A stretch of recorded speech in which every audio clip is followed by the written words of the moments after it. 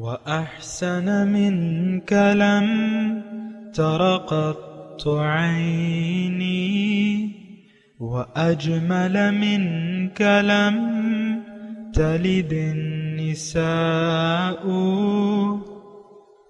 خلقت مبرأ من كل عيب خلقت مبرأ من كل عيب كأنك قد خلقت كما تشاء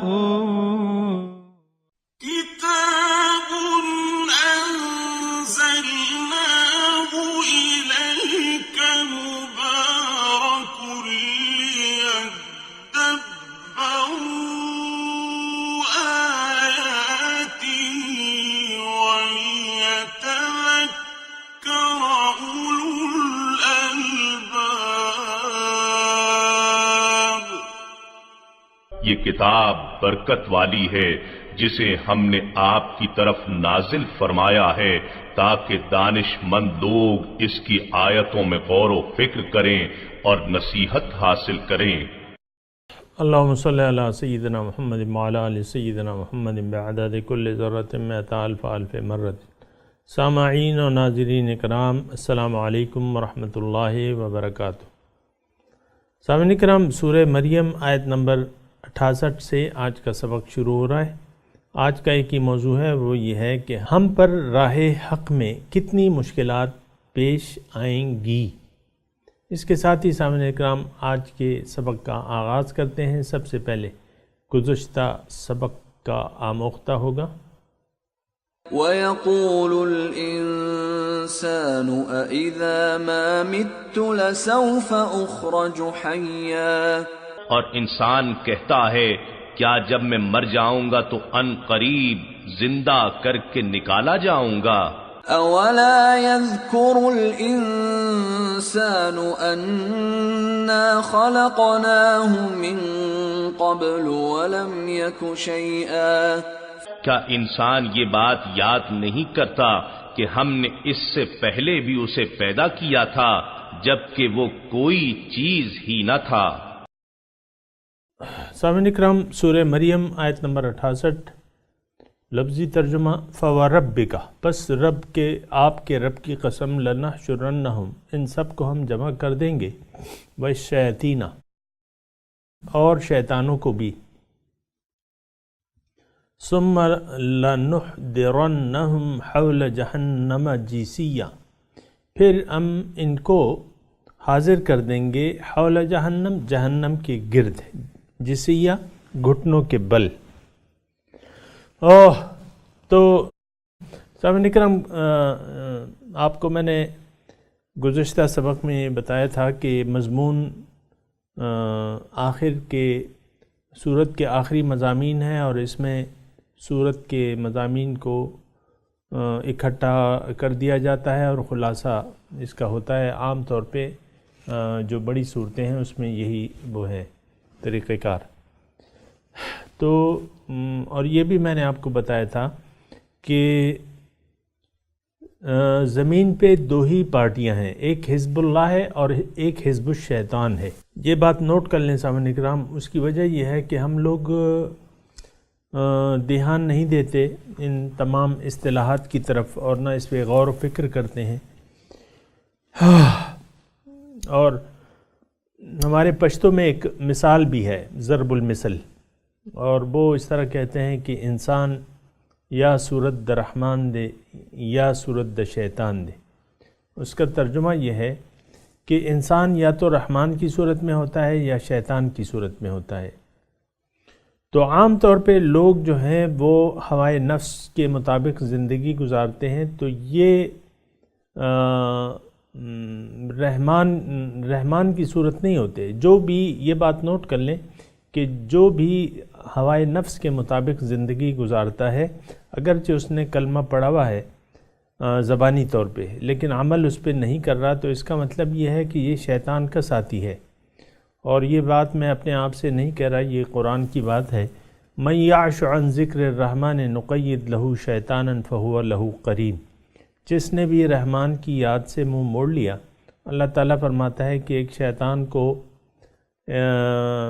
مقید کر دیتا ہوں، ایک شیطان یعنی اس کے ساتھ کر دیتا ہوں، اس کا ساتھی بن جاتا ہے، فَهُوَ لَهُ قَرِينٌ وَإِنَّهُمْ لَيَصُدُّونَهُمْ عَنِ السَّبِيلِ وَيَحْسَبُونَ أَنَّهُمْ مُهْتَدُونَ۔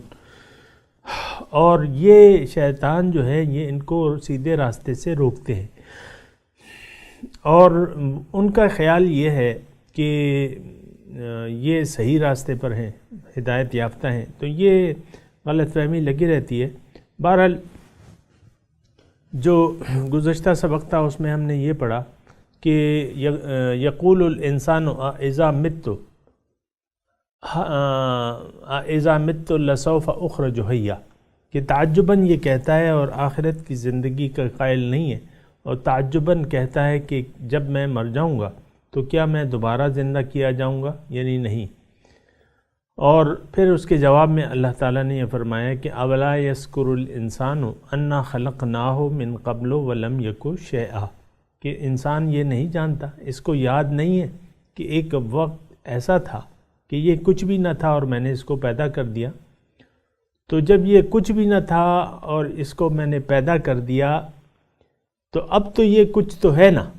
یہ اصول سائنس ہے سامعین کرام کہ میٹیریل جو ہے وہ فنا نہیں ہوتا، شکل بدل لیتا ہے، یہ عام سائنس کا قانون ہے، قاعدہ ہے۔ تو اب تو اس کے تمام اجزاء موجود ہیں، ان کو ایک شکل دے دینا یا اکٹھا کر دینا یہ کیا مشکل ہے۔ بہرحال آج کا جو سبق ہے اللہ تعالیٰ فرما رہا ہے کہ یہ تمام منکرین آخرت یا بعث بعد الموت کے انکار کرنے والے، یعنی زندہ مر کر دوبارہ زندہ ہونے سے انکار کرنے والے، اللہ تعالیٰ فرما رہے یوم حشر کو ان سب کو میں جمع کر دوں گا۔ فوربک، اور اس میں تاکید ہے اور زور ہے سامعین کرام، اس کلام میں کل بھی میں نے آپ کو بتایا تھا کہ اس میں تاکیدات ہیں بہت۔ تو آپ کے رب کی قسم لنحشرنہم، ضرور ہم ان کو جمع کریں گے، کیوں نہیں کریں گے؟ حساب کتاب برحق ہے اور جزائے اعمال جو ہے وہ برحق ہے۔ ان کو والشیاطین، اور تمام شیطانوں، یعنی مراد تمام جنات کو اور یہ خبیث لوگوں کو۔ ثم لنحضرنہم حول جہنم جثیا، پھر ہم ان سب کو جہنم کے گرد جو ہے وہ گھٹنوں کے بل جمع کر دیں گے۔ پھر ثم لننزعن من کل شیعۃ، ہم کھینچ لیں گے، نکال لیں گے، من کل شیعۃ، ہر جماعت سے، ہر پارٹی سے، ہر قسم کے گروہ سے، ایہم اشد علی الرحمن عتیہ، جو زیادہ سخت ہے رحمان سے بغاوت میں یا سرکشی میں یا نافرمانی میں، یعنی سب سے زیادہ نافرمان ان لوگوں کو ان سے ہم جدا کر دیں گے۔ ثم لنحن اعلم، پھر ہم جانتے ہیں، ہم خوب واقف ہیں، بالذین، ان لوگوں سے، ہم اولا بہا سلیہ، جو اس میں جہنم میں داخل ہونے کے زیادہ لائق ہیں۔ اس میں مضمون یہ ہے سامعین کرام، ایک تو یہ ہے کہ یہاں جتنا بھی ہم اپنے آپ کو متکبر سمجھیں، اور عام طور پہ تو یہی ہو رہا ہے سامعین کرام کہ انسان دنیا میں یعنی تکبر کی روش اختیار کر لیتا ہے، یعنی تکبر کی روش اختیار کر لیتا ہے۔ رب کی نافرمانی کیا ہوتی ہے؟ یہ تکبر ہی ہوتا ہے۔ اور میں آپ کو عرض کر چکا ہوں کہ بغاوت میں اور گناہ میں فرق ہے۔ بغاوت یہ ہے کہ میں نہیں مانتا، میں جانتا ہوں لیکن مانتا نہیں ہوں، سمعنا وعصینا، ہم نے سنا اور ہم نے نافرمانی کی، اہل کتاب کی وہ طریقہ ہے نا۔ تو اور ایک گناہ ہے، اس کی میں وضاحت کر بھی چکا ہوں، گناہ جو ہے وہ قابل معافی ہیں، لیکن بغاوت، شرک، یہ ناقابل معافی ہے سامعین کرام۔ انکار، بغاوت، شرک نفاق، یہ اگر کوئی نفاق اپنے ساتھ لے گیا تو اللہ تعالیٰ نے ان کا ٹھکانہ جہنم رکھا ہے، اور ان المنافقین فی الدرک الاسفل من النار، منافق جہنم کے سب سے نچلے درجے میں ہوں گے۔ بہرحال یہاں مضمون یہ ہے، اللہ تعالیٰ فرما رہا ہے کہ روز حشر کو آنے دو، ان سب کو میں جہنم کے گرد جمع کر دوں گا، اور پھر ان میں سے ثم لننزعن من کل شیعۃ، ہر جماعت میں سے جو زیادہ نافرمان ہیں ان کو میں الگ کر لوں گا، اور ہم جانتے ہیں ثم لنحن اعلم بالذین هم اولی بها صلیہ، اور پھر ہم جانتے ہیں جو خدا سے سخت سرکشی کرتے تھے، وَإِن مِّنكُمْ إِلَّا وَارِدُهَا، اور تم میں سے جو بھی ہے، وَإِن مِّنكُمْ، اور نہیں ہے تم میں سے کوئی شخص، إِلَّا وَارِدُهَا، لیکن اس پہ اس کو گزرنا ہوگا، كَانَ عَلَى رَبِّكَ حَتْمًا مَقْضِيًّا، یہ بات جو ہے تمہارے رب کے ذمے حتما مقضیہ، لازم اور مقرر ہے، یعنی دوزخ میں سب لوگ جو ہیں ان کا ورود ہوگا، ورود کہتے ہیں حاضر ہونے کو، سب لوگ حاضر ہوں گے۔ اس کا تھوڑا سا مضمون ہے سامعین اکرام، یہ یعنی دوزخ پہ حاضر ہونا، اور اس کے معنی اتنے مشکل نہیں ہیں سامعین اکرام۔ دیکھیں آسان الفاظ میں اللہ تعالیٰ کی توفیق سے اگر میں آپ کو یہ بات بتاؤں تو وہ یہ ہے کہ دوزخ کیا ہے؟ مشکلات ہیں، مصیبتیں ہیں، تکالیف ہیں، اور اللہ تعالیٰ نے یہ سختی جو ہے، دیکھیں دنیا میں انسان کی کامیابی جو ہے وہ سختیوں میں رکھ دی ہے۔ یہ تھوڑا سا میری بات توجہ سے سنیں، اللہ تعالیٰ نے انسان کی نجات دنیا میں سختیوں، تکلیفوں، مشقت اس میں رکھ دی ہیں، اور یعنی ایک آیت کا اگر میں آپ کو ایک آیت کی طرف توجہ دلاؤں تو وہ یہ ہے کہ یا ایھا الانسان انک کادح الی ربک کدحا فملاقیہ، اے انسان تم اپنے رب کی ملاقات کے لیے تم خوب کوشش کرتے ہو، خوب۔ کادح الی ربک کدحا کا مطلب تم اپنا، یعنی اگر میں اپنے الفاظ میں کہوں تو آپ اپنی ہڈیاں گھساؤ گے، ہڈیوں کو گھساؤ گے، تو جب ہڈیوں کو گھساؤ گے تو گوشت تو پہلے ہی گھس چکا ہوگا تو آپ خوب محنت کرو گے، تو پھر کیا ہوگا؟ فملاقی، بس تمہاری ملاقات اللہ پاک سے ممکن ہو سکے گی۔ اور پھر اگر ایک اور آیت کی طرف میں آپ کی توجہ دلاؤں تو وہ یہ ہے کہ لقد خلقنا الانسان فی کبد، اللہ تعالیٰ فرما رہے ہیں کہ میں نے انسان کو مشقت میں پیدا کیا ہے۔ پھر آپ اس طرف بھی توجہ رکھیں، ام حسبتم ان تدخلوا الجنۃ ولما یأتکم مثل الذین خلوا من قبلکم مستهم البأساء والضراء وزلزلوا حتی یقول الرسول والذین آمنوا معه متی نصر اللہ الا ان نصر اللہ قریب۔ ام حسبتم، کیا خیال ہے تمہارا، ان تدخلوا الجنہ، کہ تم جنت میں داخل ہو جاؤ گے، ولما یأتکم مثل الذین خلوا من قبلکم، اور نہیں آئی ہیں وہ مثالیں، وہ طریقہ جو تم سے پہلے لوگوں پہ آ چکا ہے۔ کیا ہوا تھا ان کے ساتھ؟ مستھم البأساء والضراء، ان پہ خوب آئی تھیں خوف، تکالیف اور سختیاں، اور ان کو خوب لرزایا گیا تھا، وزلزلوا، اور ان کو خوب لرزایا گیا تھا، ہلایا گیا تھا، حتیٰ یہاں تک کہ یقول الرسول والذین آمنوا معہ، یہاں تک کہ رسولوں نے اور جو ان کے ساتھ صاحب ایمان لوگ تھے انہوں نے یہ کہا کہ متی نصر اللہ، اللہ کی امداد کا وعدہ کب ہوگا؟ الا ان نصر اللہ قریب، جان لو کہ اللہ تعالیٰ کی امداد قریب ہی ہے۔ تو یہ اللہ تعالیٰ کی ایک سنت کریمہ ہے، اللہ تعالیٰ نے انسان کی کامیابی کو مشقت میں رکھ دیا ہے، وہ حدیث کی طرف بھی مفہوم کی طرف میں آپ کی توجہ دلاؤں گا کہ اللہ تعالیٰ نے جنت اور دوزخ پیدا کی تو جبرائیل امین کو معائنہ کرایا گیا. جنت کی نعمتیں دیکھ کے جبرائیل علیہ السلام نے کہا کہ یا رب اب تو سب لوگ جنت کی خواہش کریں گے اور ضرور اس میں داخل ہوں گے. پھر دوزخ کا جب معائنہ کیا تو انہوں نے کہا کہ یہ تو اتنی سخت عذاب ہیں اس میں تو کوئی شخص بھی آنا پسند نہیں کرے گا، سب اس سے بچیں گے. پھر دونوں جگہوں کے ایک چار دیواری کھینچ دی گئی. چار دیواری، تو چار دیواری کا مطلب یہ ہے کہ ایک چار دیواری میں ایک مکان بند ہوتا ہے نا، تو جنت کی چار دیواری جو تھی وہ حفت بالمکارہ کے الفاظ آئے حدیث میں کہ وہ یعنی ناگوار چیزیں، تکلیف، سختیاں، اور اس سے وہ چار دیواری لگا دی گئی جنت سے.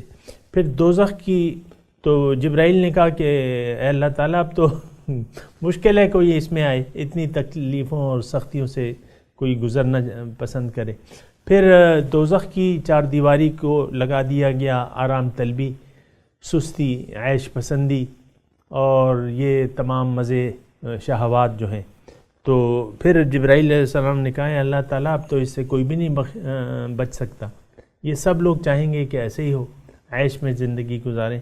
تو یہ بات اچھا. پھر آپ دیکھیں سورہ عنکبوت کے شروع کے مضمون کے مطابق کیا ہے کہ حسب الناس ان یترکوا ان یقولوا آمنا وہم لا یفتنون. لوگوں کا کیا خیال ہے کہ ان کو چھوڑ دیا جائے گا صرف اس بات پہ کہ انہوں نے کہہ دیا کہ ہم ایمان لے آئے ہیں اور ان کی آزمائش ہم نہیں کریں گے، ان کو ابتلا میں نہیں ڈالیں گے. کیوں نہیں ڈالیں گے؟ یہ تو ہمارا طریقہ رہا ہے. اللہ تعالیٰ فرما رہے وَلَقَدْ فَتَنَّ الَّذِينَ مِن قَبْلِهِمْ، ان سے پہلے جو لوگ تھے ان کو بھی میں نے آزمائشوں میں ڈالا تھا. فَلَيَعْلَمَنَّ اللَّهُ الَّذِينَ صَدَقُوا وَلَيَعْلَمَنَّ الْكَاذِبِينَ. اللہ تعالیٰ نے دکھا دیا لوگوں کو کہ کون اپنے وعدے میں سچا ہے اور کون جھوٹا ہے. تو اس قسم کی بہت سی آیات ہیں سامعین کرام. دیکھیں اللہ تعالیٰ کا یہ اصول اور قانون اور قاعدہ اگر ہمیں معلوم ہو جائے تو ہم کبھی سختیوں اور تکلیفوں سے گھبرائیں گے نہیں. اور یہی تصور جو تھا یعنی صحابہ کرام نے اس کو یاد کر لیا تھا. یہ سبق جو ہے کہ ہمیں تکالیف، مصیبتیں اور آزمائشیں آئیں گی. اس کی میں آپ کو ایک مثال دیتا ہوں کہ غزوہ احزاب 10,000 کا لشکر مسلح مدینے پہ چڑھائی انہوں نے کر دی تھی. اب وہ سارا واقعہ آپ کو معلوم ہے کہ کس طریقے سے کیا حالات تھے. راشن بھی نہیں تھا اور مدینے کی یعنی باہر نکل کے یہ مقابلہ نہیں کر سکتے تھے ظاہری اسباب کے حساب سے. تو حضور صلی اللہ علیہ وسلم نے سلمان فارسی کے مشورے سے خندق کھودی اور پھر آپ کو معلوم ہے وہ سارے واقعات. لیکن جب وہ لشکر آیا، یہ تو خبریں تھیں، جب وہ لشکر آیا تو مسلمانوں میں دو گروہ تھے. ظاہر ہے یہ دو گروہ تو شروع سے موجود تھے. منافقین کی ٹولی تھی اور وہ رہی. تو اس وقت منافقین بھی تھے. اور اب دیکھیں منافقین جنگ احد میں منافقین کی تعداد کتنی تھی، کتنی ثابت ہوگی. ویسے تو رلے ملے تھے. اب 300 ساتھیوں نے جو بظاہر مسلمان تھے حضور کا ساتھ چھوڑ دیا عبداللہ ابن ابی کی سرکردگی میں. تو یہ ٹولی موجود تھی. اس کا واقعات قرآن مجید میں آئے ہوئے اور تاریخ میں بھی موجود ہیں اچھی طرح. تو منافقین نے جب وہ ٹولی کو دیکھا فلما رأى المنافقون الاحزاب قالوا ما وعدنا الله ورسوله الا غرورا وكذب الله ورسوله او كما قال. پوری آیت مجھے صحیح طریقے سے یاد نہیں ہے، بہرحال میں نے وہ مفہوم میں آپ کو بتا رہا ہوں کہ منافقین نے جب ان لشکروں کو دیکھا تو انہوں نے کہا کہ بھئی اللہ تعالیٰ اور اس کے رسول نے معاذ اللہ ہم سے تو جھوٹے وعدے کیے تھے اور اللہ تعالیٰ اور اس کے رسول نے معاذ اللہ ہم سے جھوٹ بولا تھا. یہ ان کا رد عمل تھا. اب جو مومن تھے انہوں نے کیا کہا، وہ بھی قرآن میں موجود ہے، وَلَمَّا رَأَى الْمُؤْمِنُونَ الْأَحْزَابَ قَالُوا هَذَا مَا وَعَدَنَا اللَّهُ وَرَسُولُهُ وَصَدَقَ اللَّهُ وَرَسُولُهُ، انہوں نے کہا یہ وہ وعدہ ہے جو اللہ تعالیٰ نے ہم سے کیا تھا. خوش ہو گئے، خوش ہو گئے، وہ لشکر دیکھے نا، وہ خوش ہو گئے. هَذَا مَا وَعَدَنَا اللَّهُ وَرَسُولُهُ وَصَدَقَ اللَّهُ وَرَسُولُهُ، اللہ تعالیٰ اور اس کے رسول نے ہم سے سچ کہا تھا. تو میں یہ عرض کر رہا ہوں کہ تکالیف، مصیبتیں اور یہ سب چیزیں جو ہیں یہ لازم و ملزوم ہیں. انسان کو اب قرب الہی حاصل کرنے کے لیے ان تمام آزمائشوں، تکلیفوں سے گزرنا پڑے گا. اس کی بہت بڑی حکمتیں ہیں اور ایسی چیز ہے جو سمجھ میں آنے والی ہے. یہ سمجھ میں آنے والی. دیکھیں امتحان سے آپ نہیں گزریں گے تو اگلے درجے میں کیسے پہنچیں گے؟ یعنی آپ دیکھیں کہ نرسری سے لے کر میٹرک تک جب بچہ 10 امتحانوں سے جب گزرتا ہے، 10 سال میں 10 امتحانوں سے گزرتا ہے تو وہ پھر میٹریکولیٹ کہلاتا ہے. اب یہ 10 امتحان، اچھا پھر آگے جتنے بھی آپ جائیں گے تو امتحان تو لازمی ہے، ہر ڈگری کے لیے امتحان لازمی ہے.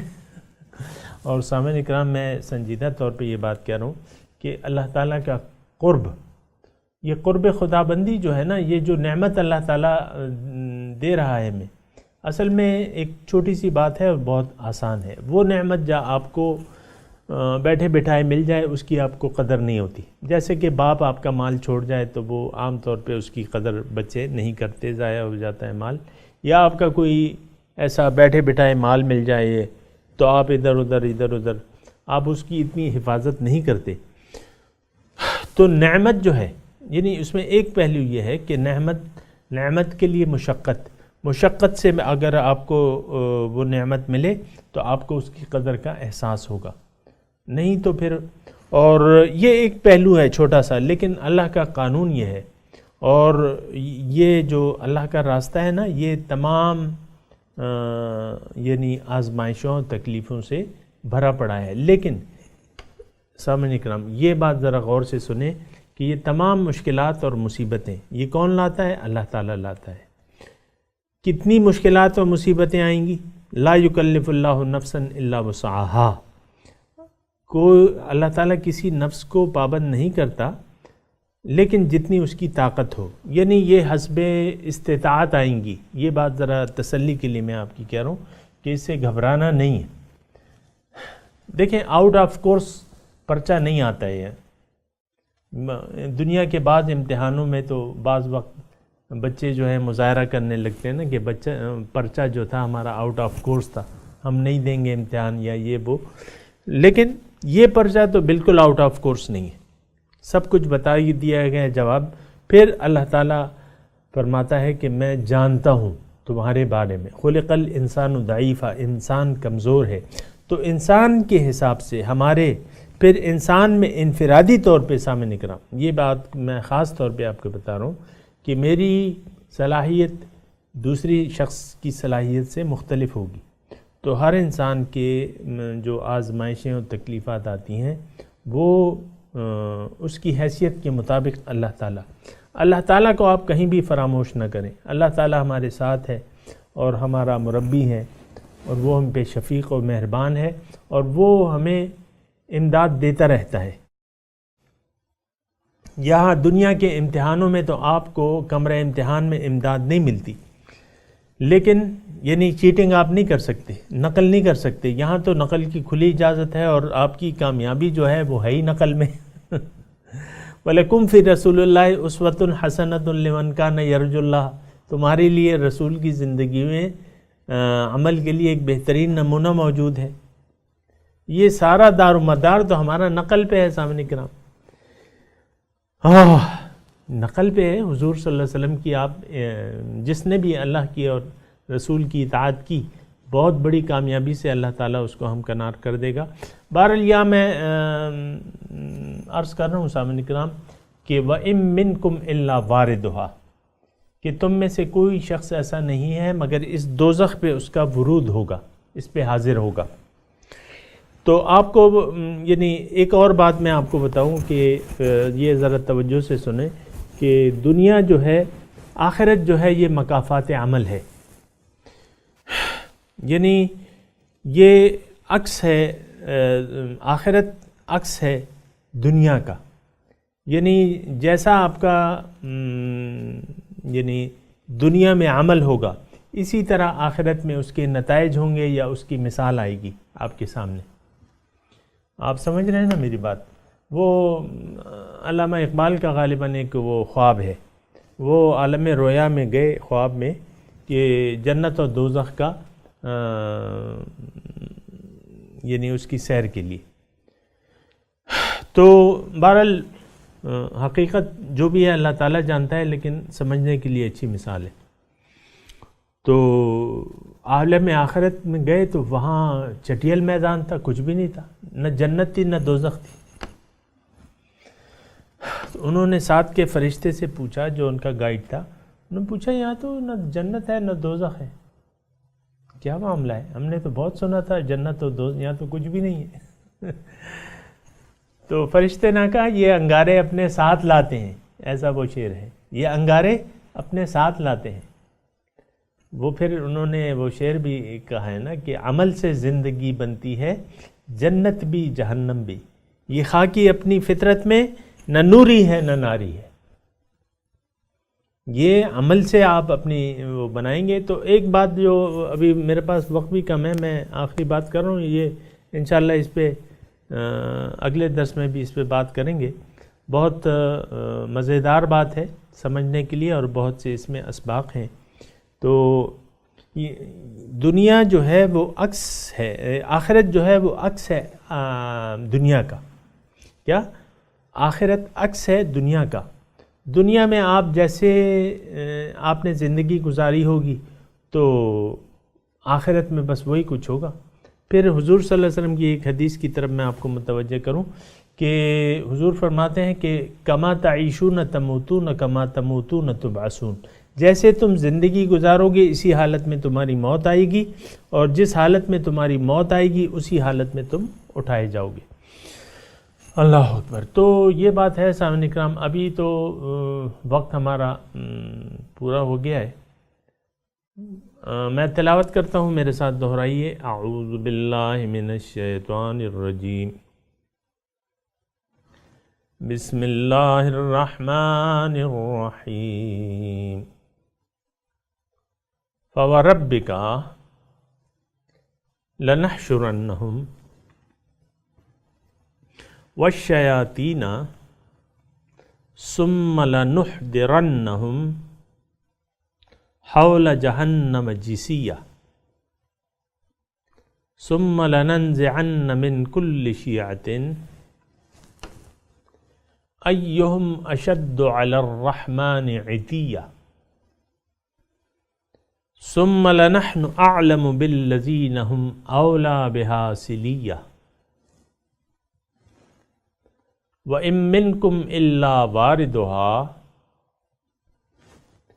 كَانَ عَلَى رَبِّكَ حَتْمًا مَّقْضِيًّا۔ ترجمہ سنا دیجئے۔ فَوَرَبِّكَ، آپ کے رب کی قسم، لَنَحْشُرَنَّهُمْ، ان سب کو میں جمع کر دوں گا میدان حشر میں، وَالشَّيَاطِينَ، اور شیطانوں کو بھی، ثم لنحضرنہم حول جہنم جثیا، پھر میں جہنم کے گرد ان کو حاضر کر دوں گا گھٹنوں کے بل۔ ثم لننزعن من کل شیعۃ، پھر ہم ہر جماعت سے ایسے لوگوں کو کھینچ نکالیں گے، ایہم اشد علی الرحمن عتیہ،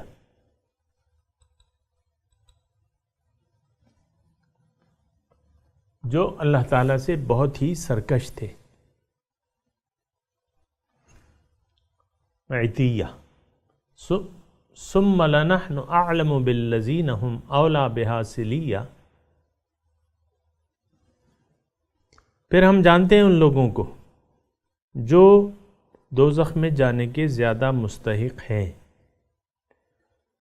سامعین اکرام، اب ان آیت کی تلاوت اور ترجمہ۔ فَوَرَبِّكَ لَنَحْشُرَنَّهُمْ وَالشَّيَاطِينَ ثُمَّ لَنُحْضِرَنَّهُمْ حَوْلَ جَهَنَّمَ جِثِيًّا. By your Lord, we will round them up and the devils, then we will bring them around hell on their knees. ثُمَّ لَنَنزِعَنَّ مِن كُلِّ شِيعَةٍ أَيُّهُمْ أَشَدُّ عَلَى الرَّحْمَنِ عِتِيًّا. Then, out of every sect, we will snatch those most defiant to the most merciful. ثُمَّ لَنَحْنُ أَعْلَمُ بِالَّذِينَ هُمْ أَوْلَى بِهَا صِلِيًّا. We are fully aware of those most deserving to scorch in it. اس کے ساتھ ہی آج کے درس کا وقت اختتام کو پہنچا۔ انشاءاللہ اگلے درس میں ملاقات ہوگی۔ وآخر دعوانا ان الحمد للہ رب العالمین، والسلام علیکم ورحمۃ اللہ وبرکاتہ۔